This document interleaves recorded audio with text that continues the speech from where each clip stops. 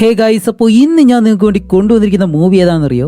2025 ഇപ്പോൾ റീസെന്റ് ആയിട്ട് പുറത്തിറങ്ങിയ കിൽ മീ അഗൈൻ എന്ന് പറഞ്ഞിട്ട് ഒരു സൈക്കോളജിക്കൽ ത്രില്ലർ മൂവിയാണ് നമ്മളിന്ന് എക്സ്പ്ലെയിൻ ചെയ്യാൻ പോകുന്നത്. ഒരു സീരിയൽ കില്ലർ, അവനാണെങ്കിലും മറ്റുള്ളവരെ കൊല്ലാൻ വേണ്ടിയിട്ട് അത്രയും വെമ്പി നിൽക്കാണ്. ആ സമയത്ത് അവനൊരു ഡൈനറിനകത്തേക്ക് കയറി അവിടെയുള്ള ആളുകളെ കൊല്ലാൻ ശ്രമിക്കുന്നു. പക്ഷെ അവിടെയാണ് ഒരു ട്വിസ്റ്റ്. അതെന്താണെന്ന് നിങ്ങൾ ഈ മൂവി കണ്ടു തന്നെ മനസ്സിലാക്കുക. കാരണം അധികം പറഞ്ഞു കഴിഞ്ഞാൽ ആ ഒരു ഇൻട്രസ്റ്റ് നഷ്ടപ്പെടും. അതേപോലെ തന്നെ ക്ലൈമാക്സിലും നിങ്ങൾ വിചാരിക്കാത്ത ഒരു ഒന്നൊന്നര ട്വിസ്റ്റ് ഉണ്ട്. ഇതെല്ലാം എന്താണെന്ന് നിങ്ങൾ ഈ മൂവി കണ്ടു തന്നെ മനസ്സിലാക്കുക. അപ്പോൾ ഈ സ്റ്റോറി നിങ്ങൾ ആദ്യമായിട്ടാണ് കാണുന്നതെങ്കിൽ ഒരിക്കലും മിസ് ചെയ്യരുത്. ആദ്യം മുതൽ അവസാനം വരെ സ്കിപ്പ് ചെയ്യാതെ കാണാൻ ശ്രമിക്കുക. കൂടാതെ മൂവി ഇഷ്ടപ്പെട്ടു കഴിഞ്ഞാൽ ഒരു ലൈക്കും. ഇത്ര മാത്രമേ ഉള്ളൂ. അപ്പോൾ ഇനി എന്തായാലും നമുക്ക് നേരെ സ്റ്റോറിയിലേക്ക് പോവാം. ഈ കഥ തുടങ്ങുന്നത് ഒരു ഡൈനറിനുള്ളിലാണ്. അതിനകത്ത് ഇപ്പോൾ രണ്ടുപേരിരുന്ന് കോഫിയെല്ലാം കുടിച്ചിങ്ങനെ സംസാരിക്കുന്നു. അതുമല്ല അവർ TV കാണുന്നുണ്ട്. അതൊരു സീരിയൽ കില്ലറിനെ പറ്റിയുള്ള ന്യൂസ്. മാംഗ്ലർ എന്ന് പറഞ്ഞിട്ട് അവൻ കൊന്ന ആളുകളുടെ ലിസ്റ്റ്, ഇങ്ങനെ ഒരുപാട് കാര്യങ്ങൾ TV കാണിക്കുമ്പോൾ പുറകിലൂടെ തന്നെ ചാർലി എന്ന് പേരുള്ള നമ്മുടെ ഈ കഥയിലെ നായകൻ നടന്നു വരികയാണ്. എന്നിട്ട് നേരെ അവന്റെ സീറ്റിനടുത്തേക്ക് പോയി ഇരിക്കുന്നതും ഈ ഡൈനറിലെ വെയിറ്ററസ് ആയിട്ടുള്ള അന്ന അവൾ നേരെ ചാർലിയുടെ അടുത്തേക്ക് ചെന്നിട്ട്, സാർ നിങ്ങൾക്ക് എന്തൊക്കെ കഴിക്കാൻ വേണം എന്നുള്ള കാര്യം ചോദിക്കുമ്പോൾ ചാർലി പെട്ടെന്ന് അന്നയോട് പറയും, നീ എന്നോടൊപ്പം ഇരിക്കാനായിട്ട്. അപ്പൊ അവള് പറയും, സോറി എനിക്ക് നിങ്ങൾ അറിയത്തില്ല, പിന്നെ ഞാൻ എങ്ങനെ ഇരിക്കും? അപ്പോൾ ചാർലി പറയും, ശരി അങ്ങനെയല്ലേ നമ്മൾ പരിചയപ്പെടുന്നത്, നീ മുന്നിലിരിക്കാൻ പറയുമ്പോൾ അന്നയ്ക്ക് അത് കണ്ടിട്ട് അത്ര ശരിയായിട്ട് തോന്നില്ല. അതുകൊണ്ട് തന്നെ അവള് കുറച്ച് കോഫി എടുത്ത് അവൻ ഒഴിച്ചു കൊടുത്തിട്ട് അടുത്തൊരു കസ്റ്റമറിന്റെ അടുത്തേക്ക് അവൾ നടന്നു പോകും. അതുപോലെ മറ്റൊരു ഭാഗത്ത് കുറച്ച് കസ്റ്റമേഴ്സ് ഉണ്ട്. അവരെല്ലാവരും അന്നയെ കളിയാക്കി അമ്മയെന്ന് വിളിക്കുന്നുണ്ട്. കാരണം അന്നയ്ക്ക് ഇത്തിരി പ്രായമുള്ളതുപോലെയാണ് അവർ കളിയാക്കി വിളിക്കുന്നത്. അപ്പൊ ആ കൂട്ടത്തിലുള്ള ഒരുത്തൻ അന്നയെ മനസ്സിലാക്കിയിട്ട്, ഹേയ് നീ എന്റെ സഹോദരിയുടെ കുട്ടിക്ക് ബേബി സിറ്റർ ആയിട്ട് ഇരുന്നിട്ടില്ലേ എന്നെല്ലാം പറഞ്ഞ് കളിയാക്കി. ഇപ്പൊ അത് കഴിഞ്ഞിട്ട് നമ്മുടെ അന്ന അവളുടെ ജോലിയെല്ലാം കഴിഞ്ഞിട്ട് പോകാനായിട്ട് റെഡിയാവുകയാണ്. അങ്ങനെ ഡ്രസ്സെല്ലാം മാറിയിട്ട് അന്ന നേരെ വെളിയിലേക്ക് ഇറങ്ങി വരുമ്പോൾ ഈ ഡൈനറിന് പുറകിലായിട്ട് ചാർലി സിഗരറ്റ് വലിച്ചിങ്ങനെ നിൽക്കുന്നു. അങ്ങനെ അന്ന നടന്നു വരുമ്പോഴത്തേക്കും അവൻ ആ സിഗരറ്റ് എടുത്ത് അവൾക്ക് ഇങ്ങനെ കൊടുക്കും. അതേപോലെ തന്നെ അവളെ ഒരു ഡേറ്റിനായിട്ട് വിളിക്കുമ്പോൾ അന്ന പറയും, ഇതിന് രണ്ടിനും എനിക്ക് താല്പര്യമില്ല എന്ന് പറയുമ്പോൾ ചാർലി പെട്ടെന്ന് അവളോട് പറയും, ശരി അങ്ങനെയാണെങ്കിൽ നമുക്ക് കുറച്ചു നേരം സംസാരിക്കാന്ന് പറയുമ്പോൾ അന്ന അപ്പോഴും അത് കാര്യമാക്കാതെ അവിടെ നിന്ന് നടന്നങ്ങ് പോവാണ്. അങ്ങനെ ചാർലി അവളുടെ പിറകെ തന്നെ വരുമ്പോൾ ഒരവസരത്തിൽ നമ്മുടെ അന്ന അവളുടെ കയ്യിലുള്ള പെപ്പർ സ്പ്രേ ഉണ്ടല്ലോ അത് കയ്യിലെടുക്കും. എന്നിട്ട് തിരിഞ്ഞു നിന്ന് അവൻ അടിക്കാനായിട്ട് വന്നിട്ട്, അല്ല നീ എന്താ എന്റെ പുറകെ നടക്കുന്നതെന്ന് ചോദിക്കുമ്പോൾ ചാർലി പറയും, ഇല്ല ഞാൻ എന്റെ വണ്ടി എടുക്കാൻ പോവാണിതേ, അതാണ് വണ്ടി എന്ന് പറയുമ്പോൾ അന്ന പറയും, ശരി നീ പോയി നിന്റെ വണ്ടി എടുത്തോ എന്ന് പറഞ്ഞിട്ട് അവള് മാറി നിൽക്കുന്നതും ചാർലി കുറച്ച് മുന്നിലേക്ക് നടന്നു എന്ന് പെട്ടെന്ന് അവന്റെ കയ്യിലുള്ള തോക്കെടുത്ത് നേരെ അന്നയുടെ നേർക്കിങ്ങനെ തിരിയാണ്. എന്നിട്ട് അവളുടെ നേർക്കിങ്ങനെ തോക്ക് ചൂണ്ടിയിട്ട് മര്യാദയ്ക്ക് മിണ്ടാതെ വണ്ടിയിലേക്ക് കയറാൻ പറയും. വേറെ വഴിയില്ല, അന്നയ്ക്ക് അത് ചെയ്തേ മതിയാവും. അതുകൊണ്ട് തന്നെ അവള് അവനോടൊപ്പം ആ ഒരു വണ്ടിയിലേക്ക് കയറിയിരിക്കുന്നതും ഇപ്പൊ അന്ന അവനോട് പറയുന്നുണ്ട്, പ്ലീസ് എന്നെ ഒന്നും ചെയ്യരുത്, എനിക്കൊരു ചെറിയ കുട്ടിയുണ്ട്, എനിക്ക് തിരിച്ച് വീട്ടിലേക്ക് പോകണമെന്ന് പറയുമ്പോൾ ചാർലി ഇപ്പൊ അവളോട് ചോദിക്കും, ശരി എന്നെ പോലെ ഒരാളെ ഇതിനു മുന്നേ നീ കണ്ടിട്ടുണ്ടോ എന്ന് ചോദിക്കുമ്പോൾ അന്ന പറയും, അതെ കണ്ടിട്ടുണ്ട്, അതുമല്ല ഇന്നത്തെ ദിവസം എനിക്ക് വളരെ മോശമായിരുന്നു. അപ്പോൾ അവൻ പറയും, ശരി അങ്ങനെയാണെങ്കിൽ നമുക്ക് ഇന്നത്തെ ദിവസം എവിടെയെങ്കിലും പോയാലോ? ഓക്കെ നിനക്ക് പുറത്തു പോകാനായിട്ട് ഡ്രസ്സ് ഉണ്ടോ? എൻ്റെ കയ്യിൽ ഹോട്ടായിട്ടുള്ള ഡ്രസ്സ് ഉണ്ട് എന്ന് പറയുമ്പോൾ അന്നയാണെങ്കിൽ അവൻ ചോദിക്കുന്ന ചോദ്യങ്ങൾക്കെല്ലാം പേടിച്ചിട്ടാണ് മറുപടി പറയുന്നത്. അങ്ങനെ സംസാരിച്ചിരിക്കുന്ന ചാർലി ഇതാ ചെയ്യുന്നതെന്നറിയോ, ഒരു കത്തിയെടുത്ത് അന്നയുടെ വയറിലേക്ക് ഒരു ഒറ്റ കുത്ത് അവളെ കൊന്നിട്ട് അവൻ സന്തോഷം കണ്ടെത്താണ്. വേറെ ഒന്നുമല്ല, ഇവനൊരു സീരിയൽ കില്ലറാണ്. പക്ഷെ അവിടെയാണ് ഒരു ട്വിസ്റ്റ്. പെട്ടെന്ന് തന്നെ ചാർലി ആ ഒരു റെസ്റ്റോറന്റ് ഡോറും തുറന്ന് അകത്തേക്ക് കയറി വരുന്നു. അകത്തേക്ക് നോക്കുമ്പോഴത്തേക്കും അന്ന അവിടെയുണ്ട്. ഇവൻ വരുന്ന സമയത്തുള്ള എല്ലാ കാര്യങ്ങളും അതുപോലെ തന്നെ സംഭവിക്കുകയാണ് വീണ്ടും. ഇപ്പൊ അവന് മനസ്സിലാവുന്നില്ല ഇവിടെ എന്താ സംഭവിക്കുന്നതെന്ന്, ഇവൻ എങ്ങനെയാണ് പാസ്റ്റിലേക്ക് തിരിച്ചു വന്നതെന്നും അവന് മനസ്സിലാവുന്നില്ല. അവൻ ഇറങ്ങി വന്ന് കുറച്ചു നേരം വെളിയിലേക്ക് നോക്കിയിട്ട് വീണ്ടും അകത്തേക്ക് കയറി പോകുമ്പോൾ നേരത്തെ പോലെ തന്നെയാണ് രണ്ടുപേര് അവിടെ ഇരിക്കുന്നുണ്ട്. അവർ TV കാണുകയാണ്. അപ്പൊ ഇത് മനസ്സിലാവാതെ ചാർലി നേരെ അവന്റെ ടേബിളിന്റെ അടുത്തേക്ക് ചെന്നിങ്ങനെ ഇരിക്കും. ആകെ അന്തം വിട്ടിങ്ങനെ ഇരിക്കുകയാണ്. അപ്പോഴേക്കാണ് അന്ന അവിടേക്ക് വരുന്നതും ചാർലി ഇപ്പൊ അവളെ നോക്കിയിട്ട്, അല്ല ഇന്നത്തെ ദിവസം എന്താണെന്ന് ചോദിക്കുമ്പോൾ അവൾ ആ ഡേറ്റ് പറയും. അപ്പോൾ ചാർലി ചോദിക്കും, അല്ല നിനക്കെന്നെ അറിയോ? അന്ന പറയും, ഇല്ല അറിയത്തില്ല. അല്ല നമ്മൾ ഇതിനു മുന്നേ കണ്ടിട്ടില്ലേ? ഇല്ല കണ്ടിട്ടില്ല എന്ന് പറയുമ്പോൾ അവൻ ആകെ കൺഫ്യൂസ്ഡ് ആയി. അങ്ങനെ അന്ന അവന്റെ കയ്യിൽ നിന്ന് ഓർഡർ എടുത്തിട്ട് പോകുന്നതും ഇപ്പൊ ചാർലി നോക്കുമ്പോൾ കുറച്ച് ദൂരെയായിട്ട് ഡേവിഡ് എന്ന് പറഞ്ഞൊരു മുട്ട ഇരിപ്പുണ്ട്. ചാർലി നേരെ അയാളുടെ മുന്നിലേക്ക് ചെന്നിട്ട് അയാളോട് സംസാരിക്കാൻ ശ്രമിക്കുമ്പോൾ അയാൾ മറുപടി ഒന്നും പറയുന്നില്ല. എന്താണെന്ന് വെച്ചാൽ നമ്മുടെ ചാർലിക്ക് അയാളെ നല്ലതുപോലെ അറിയാവുന്നതുപോലെ. പക്ഷെ അയാളാണെങ്കിലോ ചാർലി അവിടെ ഇരിക്കുന്നു അല്ലെങ്കിൽ അവനോട് മിണ്ടുന്നു, ഇതിനുള്ള ഒരു മറുപടി കൊടുക്കാതെയാണ് അങ്ങനെ ഇരിക്കുന്നത്. അങ്ങനെ ചാർലി എഴുന്നേറ്റ് വീണ്ടും തന്റെ സീറ്റിലേക്ക് പോയിരുന്നിട്ട് അത് കഴിഞ്ഞ് അന്ന ഇപ്പോൾ തന്റെ ജോലിയെല്ലാം പൂർത്തിയാക്കി ഈ ഡൈനറിൽ നിന്ന് വെളിയിലേക്ക് ഇറങ്ങുമ്പോൾ നേരത്തെ പോലെ തന്നെയാണ് ചാർലി അവിടെ സിഗരറ്റും വലിച്ചു നിൽക്കുന്നു. അവൾ അടുത്തേക്ക് നടന്നു വരുമ്പോഴത്തേക്കും അവൻ നേരത്തെ ചോദിച്ച അതേ ചോദ്യങ്ങൾ തന്നെ ചോദിക്കുകയാണ്. പക്ഷെ അതിനൊന്നും മറുപടി പറയാതെ അവൾ അവിടെ നിന്ന് പോകുമ്പോൾ അവൻ അവളുടെ പിറകെ തന്നെ പോകുന്നതും നേരത്തെ പോലെ തന്നെ അവള്, അല്ല എന്താ എന്റെ പുറകെ വരുന്നേ? അപ്പോൾ അവൻ പറയും, എന്റെ വണ്ടി അവിടെ കിടക്കാണ്. അപ്പോൾ അവൾ പറയും, ശരി നീ പോയി നിന്റെ വണ്ടി എടുക്കാൻ പറയുന്നതും ഇത്തവണ ചാർലി നേരത്തെ തന്നെ ആ ഒരു തോക്കെടുത്ത് അവളുടെ നേർക്ക് ഇങ്ങനെ കാണിച്ചു കൊടുക്കുമ്പോൾ അവള് പറയും പ്ലീസ് എന്നെ ചെയ്യരുത്, എനിക്കൊരു കുട്ടിയുണ്ട്, എനിക്ക് വീട്ടിൽ പോകണമെന്ന് പറയുമ്പോഴത്തേക്കും അവൻ പറയും അതൊക്കെ എനിക്കറിയാം എന്ന് പറഞ്ഞിട്ട് അന്നയെ നേരെ ആ ഒരു ട്രക്കിനകത്തേക്ക് കൊണ്ടുപോയിട്ട് അവൾ എവിടെ വെച്ച് വീണ്ടും കൊല്ലാണ്. ഇപ്പൊ കാണിക്കുമ്പോഴത്തേക്കും വീണ്ടും ചാർലി പാസ്റ്റിലേക്ക് പോയിട്ട് ആ ഡൈനറിനുള്ളിലെ ഡോറിനടുത്ത് അവൻ നിൽക്കുന്നു. എന്താന്ന് വെച്ചാൽ ഒരു ടൈം ലൂപ്പ് പോലെ ചാർലി അവളെ എപ്പോഴൊക്കെ കൊല്ലുന്നോ അപ്പോഴെല്ലാം അവൻ വീണ്ടും ഈ ലൂപ്പിനുള്ളിൽ പെട്ടിട്ട് പഴയ സ്ഥലത്ത് തന്നെ വരികയാണ്. അങ്ങനെ ഇതുകൂടിയാവുന്നത് ചാർലിക്ക് ഇപ്പൊ എന്ത് സംഭവിക്കുന്ന അറിയത്തില്ലല്ലോ. ഇതെല്ലാം കണ്ട് ചാർലി പറയും ഓ അപ്പോൾ നിങ്ങൾ എല്ലാവരും കൂടി ചേർന്നിട്ട് എന്നെ പറ്റിക്കാൻ നോക്കാണ്, എന്നെ കളിപ്പിക്കുകയാണെന്നെല്ലാം പറയുമ്പോൾ അതിനകത്തിരിക്കുന്നവർക്ക് എന്തെങ്കിലും അറിയോ? അവരെല്ലാവരും അന്തം വിട്ട് ഇങ്ങനെ നോക്കി നിൽക്കും. അപ്പോഴേക്കാണ് ചാർലി അന്നയെ ചൂണ്ടിക്കാണിച്ചിട്ട് നീ നേരത്തെ എന്നോടൊപ്പം വന്നു, നീയാണ് ഇതിനെല്ലാം കാരണമെന്ന് പറഞ്ഞ് നിൽക്കുന്നത്. സാം എന്ന് പറഞ്ഞ വേറൊരു കസ്റ്റമർ ഉണ്ട്, അവൻ ഇപ്പോൾ ചാർലിയെ തടയാൻ നോക്കും.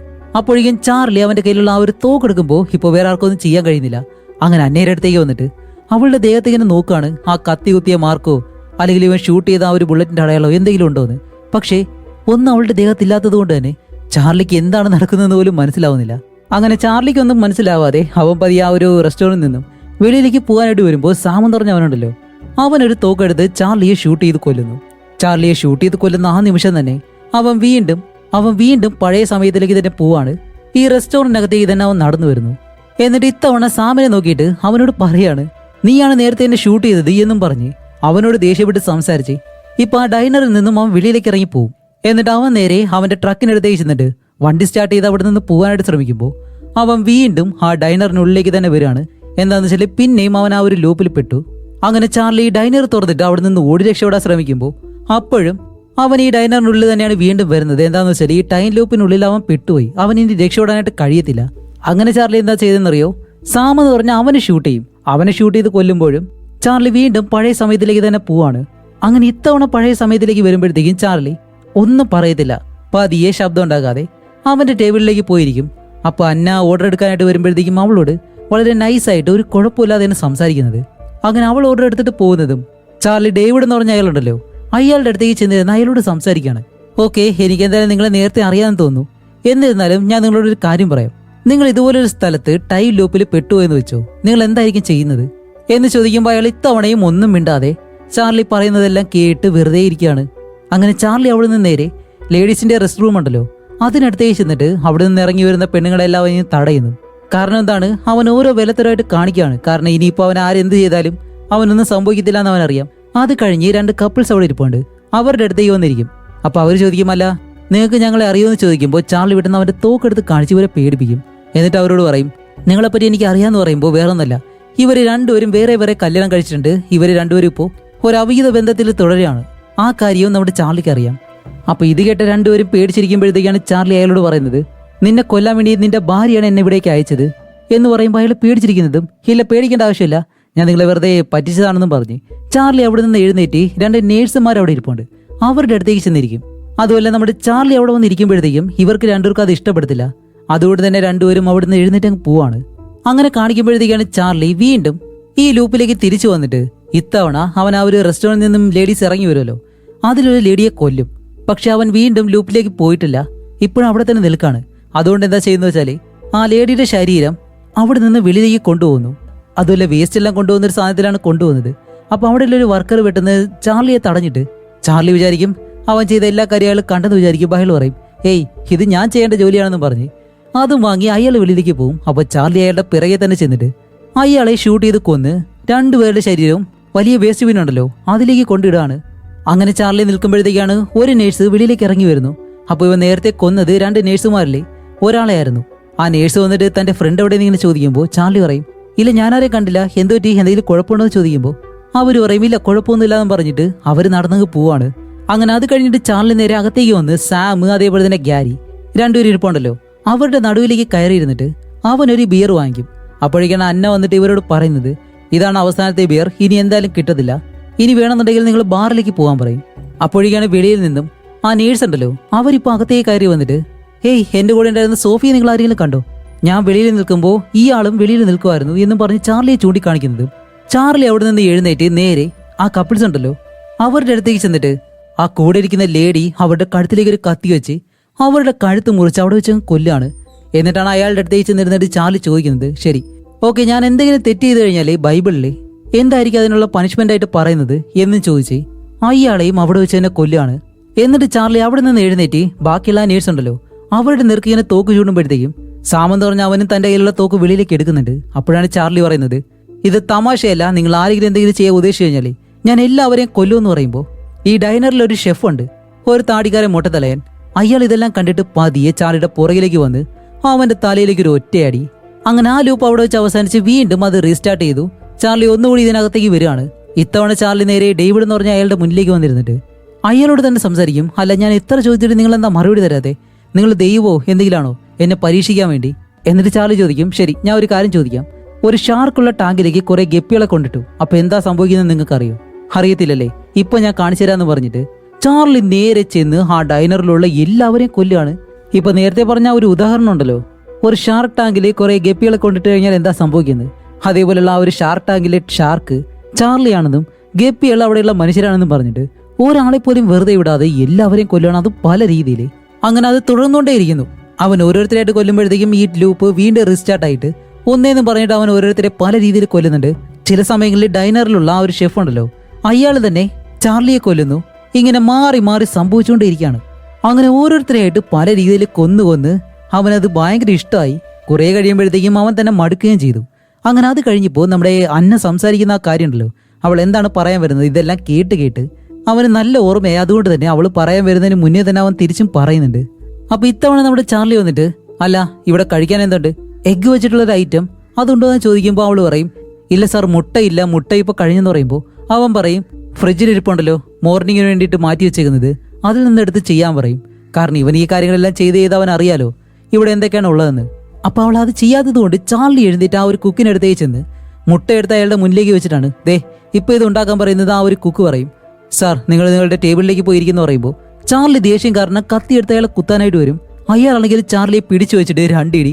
കാരണം ആ ഒരു കുക്ക് ചാർലിയെ കാട്ടിയും സ്ട്രോങ് ആയിട്ടുള്ള ഒരാളാണ്.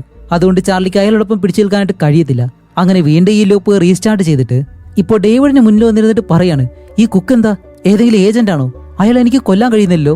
എനിക്ക് തോന്നുന്നു അയാളെ കൊന്നു കഴിഞ്ഞാൽ ഈ ലൂപ്പിൽ നിന്ന് ഞാൻ രക്ഷപ്പെടുമെന്ന്. അതുകൊണ്ട് തന്നെ ഇപ്പൊ ചാർലി എന്താ ചെയ്യുന്നറിയോ? ആ കുക്കിനെ കൊല്ലാൻ വേണ്ടിയിട്ടുള്ള കാര്യങ്ങൾ ചെയ്യാണ്. അതും പല രീതിയിൽ അയാളെ കൊല്ലാൻ ശ്രമിക്കുന്നുണ്ടെങ്കിലും ചാർലിയെ കൊണ്ട് കഴിയുന്നില്ല. ഇപ്പൊ ഓരോ തവണ ചെല്ലുമ്പോഴത്തേക്കും ചാർലിക്കാണ് നല്ല രീതിയിൽ കൊള്ളുന്നത്. അങ്ങനെ ഒരു അവസരത്തിൽ ചാർലി നേരെ ചെന്ന് തോക്കെടുത്ത് അയാളെ ഷൂട്ട് ചെയ്ത് കൊന്നിട്ട് അവൻ ആ മുട്ടയെടുത്ത് ഒരു സൂപ്പ് ഉണ്ടായി കുടിക്കുന്നു. എന്നിട്ട് തോക്കെടുത്ത് സ്വയം അവന്റെ തലയിലേക്ക് ഷൂട്ട് ചെയ്യുന്നതും ഈ ലൂപ്പ് വീണ്ടും സ്റ്റാർട്ട് ആവുകയാണ്. അങ്ങനെ ഇരിക്കുമ്പോഴത്തേക്കാണ് ഈ ഡൈനറിനുള്ളിൽ പുതിയ ഒരാളെ ചാർലി കാണുന്നത്. അയാളെ കണ്ട് പെട്ടെന്ന് ചാർലി അലറി വിളിക്കുമ്പോഴത്തേക്കും അയാളെ അവിടെ കാണാനില്ല. ഇത് കണ്ട ആ ഡൈനറിൽ ഇരിക്കുന്നവരാണെങ്കിലോ ആകെ പേടിക്കുന്നതും അന്നെ എന്താ ചെയ്യുന്ന വെച്ചാൽ പോലീസിനെ വിളിക്കും. അങ്ങനെ പോലീസ് അവിടേക്ക് വന്നിട്ട് ചാർലിയെ പിടിച്ച് വെളിയിലേക്ക് വലിച്ചെടുത്തോണ്ട് പോവാണ്. കുറെ കഴിയുമ്പോഴത്തേക്കും ഈ ലൂപ്പ് വീണ്ടും റീസ്റ്റാർട്ട് ആയിട്ട് ഒന്നുകൂടി ചാർലി അവിടേക്ക് വരും. ചാർലി ഇപ്പൊ ആകെ ടയർഡായി. ഇതിൽ നിന്ന് അവന് പുറത്ത് കടക്കാനും കഴിയുന്നില്ല. അങ്ങനെ ഡേവിഡിന് മുന്നിലേക്ക് വന്നിരുന്നിട്ട്, എനിക്കറിയത്തില്ല എന്താ സംഭവിക്കുന്നതെന്ന്. അപ്പൊ ആ ഡേവിഡ് പറയും, എന്ത് നിനക്കറിയത്തില്ലേ? അതെ എനിക്കറിയത്തില്ല. അപ്പോൾ ഡേവിഡ് പറയും, ഏയ് നീ എന്നെ നല്ലതുപോലെ ഡിസപ്പോയിന്റ്മെന്റ് ചെയ്യുന്നുണ്ട്. ഞാൻ വിചാരിച്ചു നീ ആയിരിക്കും റിയൽ ആയിട്ടുള്ള ഒരാളെന്ന്. പക്ഷെ നീ ഇപ്പൊ കരയാൻ തുടങ്ങാണോ? കാരണം വേറെ ഒന്നുമല്ല, ചാർലിക്ക് ഇതിൽ നിന്ന് പുറത്ത് കിടക്കാൻ കഴിയാത്തത് കൊണ്ട് ചാർലി കരയാണ്. അപ്പോൾ ഡേവിഡ് പറയും, ശരി നീ ശരിക്കും ഒന്ന് ആലോചിച്ച് നോക്ക്, എന്താണ് നീ ഇനി നിന്റെ ജീവിതത്തിൽ ചെയ്യേണ്ടതെന്ന്, അല്ലെങ്കിൽ നിന്റെ അച്ഛൻ ചെയ്തത് എന്താണ്, അത് നീ ഒന്ന് ആലോചിച്ച് നോക്കാൻ പറയുമ്പോൾ ചാർലി പറയും, സോറി എന്റെ അച്ഛനെ പറ്റി മാത്രം ഒന്നും പറയരുതെന്ന് പറയുമ്പോൾ അയാൾ പറയും, ഓക്കെ പിന്നെ നീ എന്താ ചെയ്യാൻ പോന്നേ? അപ്പോൾ ചാർലി പറയും, ദേ കണ്ടില്ലേ ഞാൻ എല്ലാവരെയും കൊന്നു, പക്ഷെ ഒന്നും മാറുന്നില്ല എന്ന് പറയുമ്പോൾ അത് തന്നെയാണ് എനിക്കും പറയാനുള്ളത്. നീ എല്ലാവരെയും കൊന്നിട്ടും അവരെല്ലാവരും ദേ ഇവിടെ തന്നെ ഉണ്ട്. അപ്പോൾ ചാർലി പറയും, ശരി അങ്ങനെയാണെങ്കിൽ ഇവരെല്ലാവരെയും കൊന്നിട്ട് അത് ക്ലീൻ ചെയ്ത് കഴിഞ്ഞാൽ ഞാൻ ഈ ലൂപ്പിൽ നിന്ന് രക്ഷപ്പെടോ? അതും ഒരു കുഴപ്പമില്ലാതെ എന്നും പറഞ്ഞിട്ട് ചാർലി ഇപ്പോൾ പതിയെ ഓരോരുത്തരെയായിട്ട് സമാധാനമായിട്ട് ഇങ്ങനെ കൊല്ലുകയാണ്. എന്താന്ന് വെച്ചാല് വലിയ ബഹളവും കാര്യങ്ങളൊന്നും ഇല്ലാതെ ഓരോരുത്തരെ പതിയെ കൊല്ലുന്നു. അങ്ങനെ ഇപ്പൊ അവസാനമായിട്ടുള്ളത് അന്ന മാത്രമാണ്. അങ്ങനെ അവളെ വിളിച്ച് അടുത്തൊരു റൂമിനകത്തേക്ക് കൊണ്ടുപോകുമ്പോഴത്തേക്കും ഇതിനകത്തുള്ള മറ്റൊരു ജോലിക്കാരി പെട്ടെന്ന് വെളിയിലേക്ക് ഇറങ്ങി പോകാനായിട്ട് നിൽക്കുമ്പോൾ അവരെ അവൻ ഷൂട്ട് ചെയ്ത് കൊല്ലും.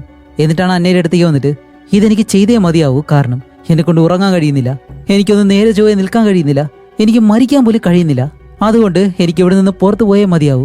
ഇപ്പൊ ഞാൻ മനസ്സിലാക്കി, ഇനി നീ കൂടിയുള്ളൂ ബാക്കി എന്ന് പറഞ്ഞിട്ട് അവളെ അങ്ങനെ ചേർത്ത് വെച്ച് അവളെയും കുത്തിയും കൊല്ലുകയാണ്. പക്ഷെ എല്ലാം മാറിയെന്ന് വിചാരിച്ചു കഴിഞ്ഞാൽ ഒരിക്കലുമില്ല. വീണ്ടും ആ ലൂപ്പ് റീസ്റ്റാർട്ടായിട്ട് അവൻ പഴയതുപോലെ തന്നെ വന്ന് നിൽക്കുന്നു. ഇപ്പൊ ഇതുകൂടിയാവുന്നതും അവൻ വീണ്ടും കരയാൻ തുടങ്ങും. ചാർലിക്ക് ഇപ്പൊ എന്ത് ചെയ്യണമെന്നറിയാതെ അവൻ വീണ്ടും വെളിയിലേക്ക് നടന്നു വരികയാണ്. ഈ ലൂപ്പിൽ നിന്ന് പുറത്തിറങ്ങാനും കഴിയുന്നില്ല. എല്ലാവരെയും കൊല്ലുന്നതും മടുത്തു. അവന്റെ മാനസികമായിട്ടും അവൻ ഒരുപാട് മാറിപ്പോയി. അങ്ങനെ തന്റെ വണ്ടിയിലേക്ക് കയറി ഇരുന്നിട്ട് നല്ലതുപോലെ അലറി വിളിച്ച് ശബ്ദം ഉണ്ടാക്കി തന്നെ കരയും. അങ്ങനെ അത് കഴിഞ്ഞ് വീണ്ടും ഈ ലൂപ്പ് റീസ്റ്റാർട്ട് ആവുന്നു. അവൻ ഡൈനറിനുള്ളിൽ തന്നെ നിൽക്കാണ്. ഇത്തവണ ആ ഡൈനറിനകത്ത് ഒരു പ്രീസ്റ്റിനെ അവൻ കാണും. അങ്ങനെ ചാർലി അയാളുടെ അടുത്തേക്ക് നടന്നു വരുമ്പോൾ അയാൾ ചോദിക്കുന്നുണ്ട്, ഓക്കെ, നീ എന്താ ഇപ്പൊ ഇവിടെ നിന്ന് പഠിച്ചത് എന്ന് ചോദിക്കുമ്പോൾ ചാർലി പറയും, എനിക്കിപ്പോ വീട്ടിൽ പോകണം. അപ്പൊ ആ പ്രീസ്റ്റ് പറയും, എന്തുകൊണ്ടാ നീ ഇവിടെ? ചാർലി പറയും, എനിക്കത് അറിയത്തില്ല. അപ്പൊ അയാൾ പറയും, അതെ, നിനക്കറിയാം, കാരണം നീ ഒന്ന് ഇരുത്തി ആലോചിച്ച് നോക്ക്, നിനക്കത് മനസ്സിലാവുമെന്ന് പറയുമ്പോൾ ചാർലി കുറച്ചു നേരം ചിന്തിച്ചിട്ടാണ്, അതെ, ഞാൻ ഒരുപാട് തെറ്റായിട്ടുള്ള കാര്യങ്ങൾ ചെയ്തു. അപ്പോഴാണ് ആ പ്രീസ്റ്റ് ബൈബിളിലുള്ള ഒരു കാര്യം പറയുന്നത്, നിന്റെ വിധി എന്താണെന്ന് തിരഞ്ഞെടുക്കാനുള്ള അധികാരം അത് നിനക്ക് മാത്രമേ ഉള്ളൂ എന്ന് പറയുന്നത്. ഇത് കേട്ട ചാർലി നല്ലതുപോലെ കരയും. എന്നിട്ടാണ് അയാളോട് പറയുന്നത്, എനിക്ക് ഫ്രീ ആവണം, എനിക്ക് മാപ്പ് തരണം, ഇതിനിപ്പോ ഞാൻ എന്താ ചെയ്യേണ്ടത് എന്ന് ആ പ്രീസ്റ്റിനോട് ചോദിക്കുമ്പോൾ ആ പ്രീസ്റ്റ് പറയും, ശരി, ഒന്നുകൂടി തുടങ്ങ് എന്ന് പറയുന്നതും ഇപ്പൊ ചാർലി ആ ഒരു ലൂപ്പ് ഉണ്ടല്ലോ അത് വീണ്ടും റീസ്റ്റാർട്ട് ചെയ്തിട്ട് ഇത്തവണ ചാർലി അകത്തേക്ക് കയറി ഒന്ന് എല്ലാവരോടും നല്ല രീതിയിൽ നല്ല മാന്യമായിട്ട് സന്തോഷത്തോടെ തന്നെ സംസാരിക്കുകയാണ്. ഇപ്പൊ അവന്റെ സീറ്റ് പോലും അവൻ മാറിയാണ് ഇരിക്കുന്നത്. അത് കഴിഞ്ഞ് അവൻ ഡൈനറിന് വെളിയിലേക്ക് വന്ന് നോക്കുമ്പോൾ ഈ ഡ്രഗ് അഡിക്റ്റ് ആയിട്ടുള്ള കുറച്ച് പേര് അവിടെ എന്നിങ്ങനെ സംസാരിക്കുന്നുണ്ട്. ഇപ്പൊ ഇവരെല്ലാവരും മോഷ്ടിക്കാനോ എന്തോ ഒരു കാര്യത്തിന് അകത്തേക്ക് കയറാണ്ട് വരുമ്പോൾ ചാർലി അവന്റെ തോക്കെടുത്ത് വെളിയിലേക്ക് വെച്ചിട്ട് എല്ലാവരെയും പേടിപ്പിച്ച് അവിടെ നിന്ന് പറഞ്ഞുവിടും. അതുപോലെ അവരുടെ കൂട്ടത്തിലുള്ള ഒരു പെണ്ണിനെ കാണുമ്പോൾ നിന്നെ ഞാൻ വീട്ടിലേക്ക് കൊണ്ടാക്കണമെന്ന് ചോദിക്കുമ്പോഴത്തേക്ക് അവൾ പറയും, ഇല്ല, വേണ്ടാന്ന് പറഞ്ഞിട്ട് അവൾ അവിടെ നിന്ന് ഓടിപ്പോവും. അത് കഴിഞ്ഞ് ചാർലി അകത്തേക്ക് വന്ന അന്നയോട് നല്ല ഹാപ്പി ആയിട്ട് സന്തോഷത്തോടെ സംസാരിക്കുന്നതും ഇത് കാരണം നമ്മുടെ അന്നയും അവനോട് നല്ല ഫ്രണ്ട്ലി ആയിട്ട് തന്നെയാണ് സംസാരിക്കുന്നത്. എന്നിട്ട് അവൾ അകത്തേക്ക് കയറി പോകുമ്പോൾ ചാർലി അവിടെ നിന്നും ആ 2 നേഴ്സുമാരുണ്ടല്ലോ അവരുടെ അടുത്തേക്ക് ചെന്നിട്ട് അവരോട് നന്ദി പറയാണ്. നിങ്ങളുടെ സർവീസ് എനിക്കും എന്നെ പോലെയുള്ള ഒരുപാട് പേർക്ക് നല്ല കാര്യം ചെയ്തിട്ടുള്ളൂ, അതുകൊണ്ട് ഞാൻ താങ്ക്സ് പറയുന്നതെന്ന് പറഞ്ഞ് അവരോട് നന്ദി പറയുന്നു. അത് കഴിഞ്ഞ് ആ ഒരു കപ്പിൾസ് ഉണ്ടല്ലോ അവരുടെ മുന്നിലേക്ക് ചെന്നിട്ട് ചാർലി പറയും, ഓക്കെ, എന്റെ അച്ഛൻ വളരെ മോശപ്പെട്ട ഒരാളായിരുന്നു. കുട്ടിക്കാലത്ത് എന്റെ അമ്മ ജീവിച്ചിരിക്കെ മറ്റൊരു സ്ത്രീയായിട്ട് ബന്ധമുണ്ടായിരുന്നു. അതെന്റെ അമ്മയ്ക്ക് വലിയ കുഴപ്പമില്ലാന്നുണ്ടെങ്കിലും കുട്ടിയായിരുന്നു എന്നെ ഒരുപാട് ബാധിച്ചു. എന്നെ മാനസികമായിട്ട് അത് ഒരുപാട് തളർത്തി. അതുകൊണ്ട് നിങ്ങൾ ചെയ്യുന്നത് തെറ്റാണെന്ന് ഞാൻ ഒരിക്കലും പറയത്തില്ല, പക്ഷെ അത് തെറ്റായിട്ട് വരും. എപ്പോഴാണെന്നറിയോ?